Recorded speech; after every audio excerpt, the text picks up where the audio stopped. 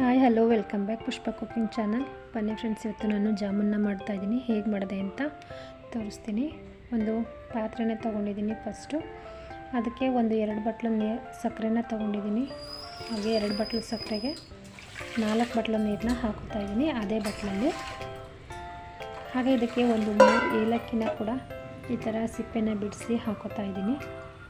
ಏಲಕ್ಕಿನ ಕುಟ್ಟಿನೂ ಬೇಕಿದ್ರೆ ಹಾಕೋಬೋದು, ಇಲ್ಲ ಈ ಥರ ಬೇಕಾದ್ರೂ ಹಾಕೋಬೋದು. ಇವಾಗ ಇದನ್ನು ಒಂದು 20-25 ನಿಮಿಷ ಕುದಿಯೋದಕ್ಕೆ ಇಡ್ತೀನಿ.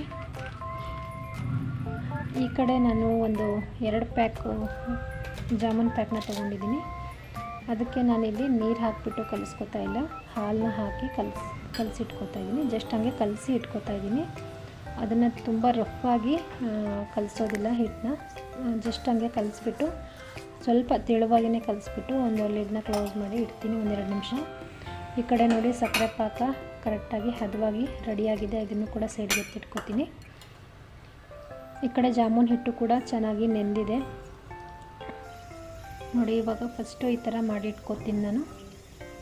ಈ ಥರ ಮಾಡಿ ಇಟ್ಕೊಂಡ್ರೆ ಉಂಡೆಗಳು ಒಂದೇ ಸಮ ಬರುತ್ತೆ, ಒಂದು ದಪ್ಪ ಒಂದು ಸಣ್ಣ ಆಗಲ್ಲ ಅನ್ನೋ ಕಾರಣಕ್ಕೆ ಈ ಥರ ಮಾಡ್ಕೊತೀನಿ ನಾನು.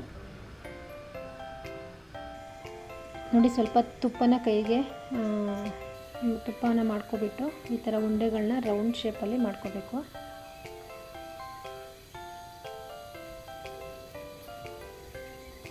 ನೋಡಿ, ಉಂಡೆಗಳು ಎಲ್ಲೂ ಹೊಡಿತಾ ಇಲ್ಲ.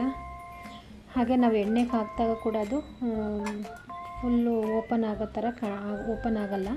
ಈ ಥರ ಮಾಡಿಟ್ಕೊಂಡ್ರೆ ನೋಡಿ. ಈ ಕಡೆ ಎಣ್ಣೆನ ಕೂಡ ಕಾಯೋಕ್ಕಿಟ್ಟಿದ್ದೀನಿ.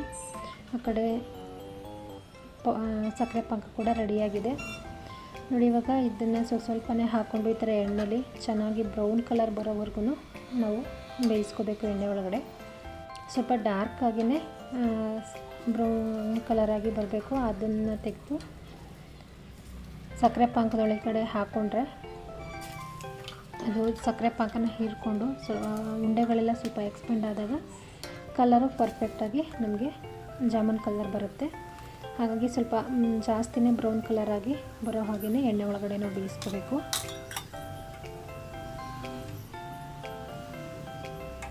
ನೋಡಿ, ಉಂಡೆಗಳನ್ನ ಸ್ವಲ್ಪ ಎಣ್ಣೆಯಲ್ಲಿ ಬೇಯಿಸುವಾಗಲೇ ಸ್ವಲ್ಪ ಎಕ್ಸ್ಪೆಂಡ್ ಆಗುತ್ತೆ. ಮತ್ತು ಅದರಿಂದ ಎಣ್ಣೆಯಿಂದ ತೆಗೆದು ಸಕ್ಕರೆ ಪಾಕದೊಳಗೆ ಹಾಕಿದಾಗ ಕೂಡ ಇನ್ನೂ ಜಾಸ್ತಿನೇ ಎಕ್ಸ್ಪೆಂಡ್ ಆಗಿ ದಪ್ಪ ಆಗುತ್ತೆ. ಹಾಗಾಗಿ ಉಂಡೆಗಳನ್ನ ಸ್ಟಾರ್ಟಿಂಗ್ ಮಾಡ್ಕೊಳ್ಳುವಾಗ ಜಾಮೂನ್ ಉಂಡೆಗಳನ್ನ ತುಂಬಾ ಸ್ವಲ್ಪ ಸಣ್ಣದಾಗೇ ಮಾಡ್ಕೋಬೇಕಾಗುತ್ತೆ ನಾವು. ನೋಡಿ, ಇವಾಗ ಒಂದು 2-3 ಅವರ್ ನೆಂದಿದೆ ಪಾನಕದೊಳಗಡೆ ಜಾಮೂನು. ನೋಡಿ, ಎಲ್ಲ ಇಷ್ಟು ದಪ್ಪ ಕಾಣಿಸ್ತಾ ಇದೆ ಅಂತ. ನೋಡಿ, ಇವಾಗ ಒಂದು ಪ್ಲೇಟಿಗೆ ಹಾಕಿ ತೋರಿಸ್ತಾ ಇದ್ದೀನಿ. ಇಷ್ಟು ಸಾಫ್ಟಾಗಿದೆ ಗೊತ್ತಾ ಫ್ರೆಂಡ್ಸ್, ಜಾಮೂನು ತುಂಬಾ ಚೆನ್ನಾಗಿದೆ.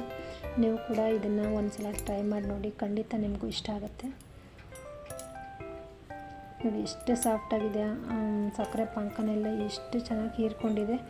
ಜಾಮೂನು ತುಂಬಾ ಸಾಫ್ಟಾಗಿದೆ, ತುಂಬ ಟೇಸ್ಟಿಯಾಗಿ ಕೂಡ ಇತ್ತು. ಈ ರೆಸಿಪಿ ನಿಮಗೂ ಇಷ್ಟ ಆಗಿದೆ ಅಂದ್ಕೋತೀನಿ. ಇಷ್ಟ ಆಗಿದರೆ ಲೈಕ್ ಮಾಡಿ, ಶೇರ್ ಮಾಡಿ, ಹಾಗೆ ನನ್ನ ಚಾನಲನ್ನು ಸಬ್ಸ್ಕ್ರೈಬ್ ಮಾಡ್ಕೊಳ್ಳಿ. Thank you so much.